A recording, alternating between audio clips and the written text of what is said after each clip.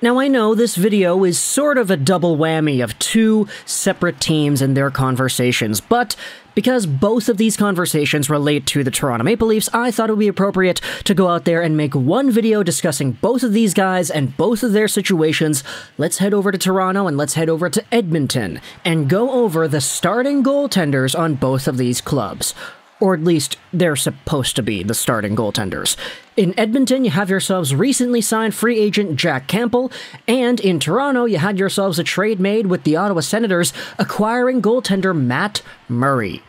The reason these two guys have popped in the news lately is because of their recent performance, and unfortunately, they're both in the news for pretty negative reasons. Let's go over to the Toronto side of things and just try to chronicle everything that happened with them, with Jack Campbell, current Oilers guy, former Maple Leafs guy, and how everything has gone since then.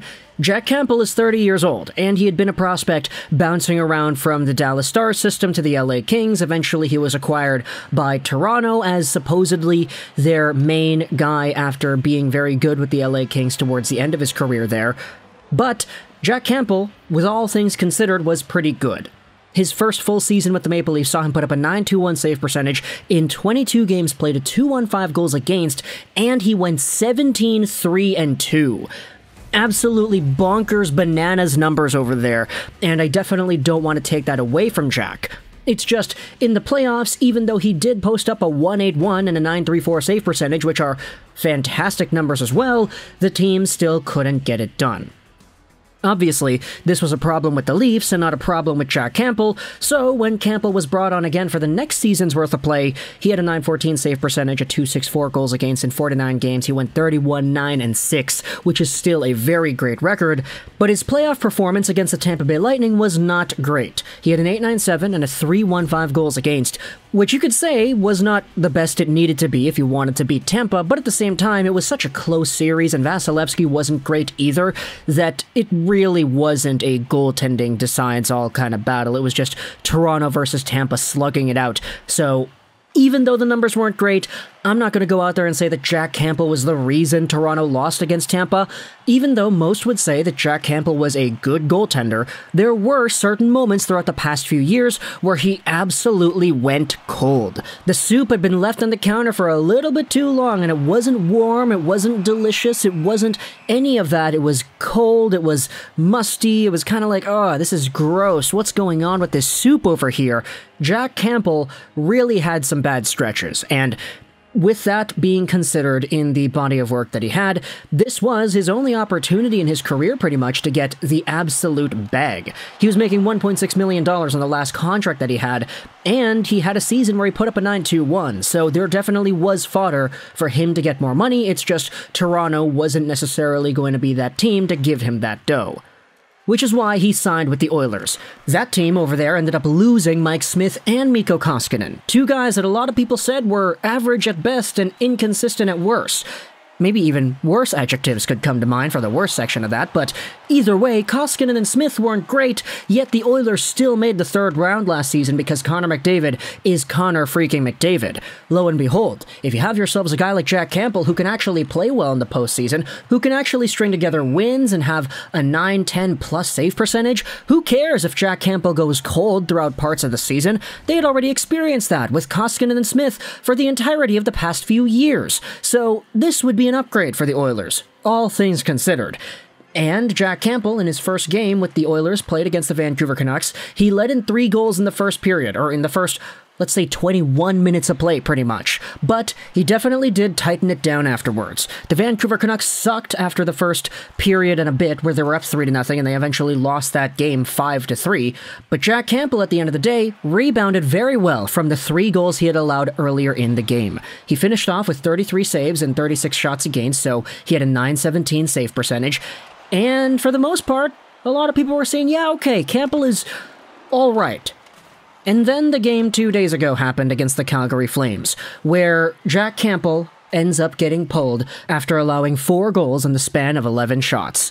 The Oilers pulled Campbell, they got Skinner in there, and Skinner honestly was really good.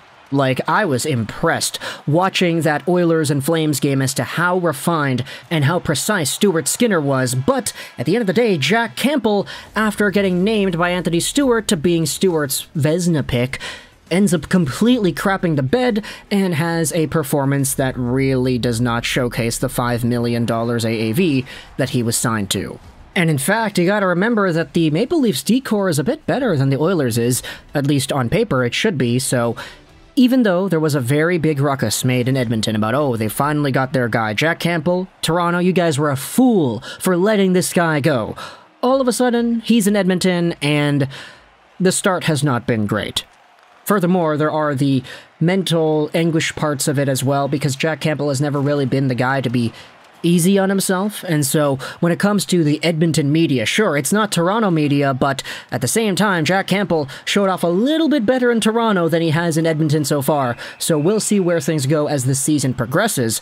But then you go back over to the Toronto side, and you see what happened with their main player. They got themselves Sault Ste. Marie alumni Matt Murray from the Ottawa Senators in a trade involving a few draft picks. Now, Murray, as we had known, won 2 Stanley Cups before finishing his rookie year, which is wild, absolutely crazy stat right there, but that was in 2017 and 2016, so it was a while ago. Murray, ever since then, played with the Penguins, he kind of fell off and lost his job with the Penguins, went over to Ottawa, was not great with Ottawa, started getting injured a lot, and he wasn't really available as much as a lot of Sens fans hoped he would have been, because his health just wasn't there.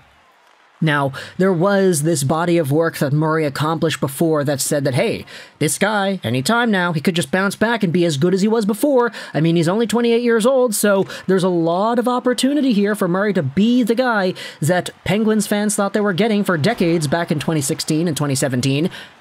But eventually the Sens just said, okay, screw it. I mean, the guy had a .906 save percentage in 20 games played and a .305 goals against. We were not a great team, but we are improving everywhere. It's the summer of Dorian right here, baby. We just got DeBrincat, we just got Giroux, we still have Stützle, we still have Tkachuk. Let's go out there and get Cam Talbot from the Minnesota Wild, who is a better goaltender than Matt Murray, and we can send Matt over to Toronto, where they have a starter spot available. Murray played himself 1 game for Toronto, and he lost. It was the 4-3 first game of the season against Montreal, where Murray ended up letting in 2 goals in the last 3 minutes, whatever it was, and the last goal that he let in, top glove, way out of position, he slides completely to his right, exposing a bright and fresh piece of net on the top corner for Josh Anderson to snipe it. And a lot of Ottawa Senators fans said, ha, Leafs, look at that. It's the Matt Murray signature, the top cheese glove side goal. He never saves those. Ha ha ha. And you could just see Ottawa Senators fans getting the last laugh because Murray crapped the bed again. And then things kind of got worse because Matt Murray went out there and practiced a few days ago and ended up, what, like tweaking his groin? He didn't play 2 days ago for the Toronto Maple Leafs against the Ottawa Senators with Ilya Samsonov instead, a goaltender from the Washington Capitals who was supposed to be in the same realm as Shesterkin and Sorokin, but who hasn't really lived up to that same potential. Samsonov was supposed to be the backup, and Murray was supposed to be the main guy. However, with Murray being on the LTIR for an extended amount of time, potentially 3 to 4 weeks, it makes things a lot more difficult for Toronto goaltending, as now you have Erik Källgren, who has gotten called up. He is technically the backup now. Toronto goaltending is now as vulnerable as it's ever been before. Not to disrespect Samsonov or anything, but I don't know if the guy's ready to go out there and play 50, 60 games on a season just yet. Last season he had 44 games played, but he had an 8.96 in those 44 games, so we'll see how Samsonov fares now.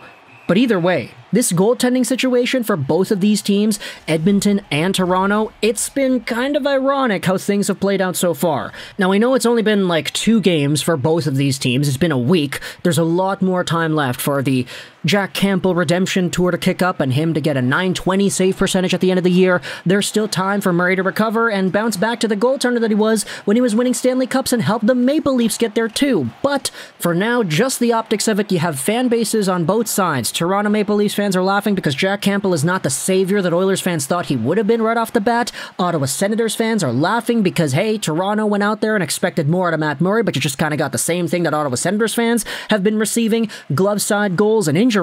And then you have Oilers fans laughing because, hey, Toronto, you guys got Murray, we got your guy in Jack Campbell who is a lot better. We're going to make him a star right here. We're going to give him that championship. So we'll see where things go in the next few weeks here, but I just wanted to give a little bit of an update as to the goaltender drama amongst the fan bases because I've been seeing so many conversations pop up about this on social media, so let me know your thoughts in the comment section below about Matt Murray, Jack Campbell, the Sens, the Leafs, the Oilers. I hope you enjoyed this Juraj Rolls 99, and bye.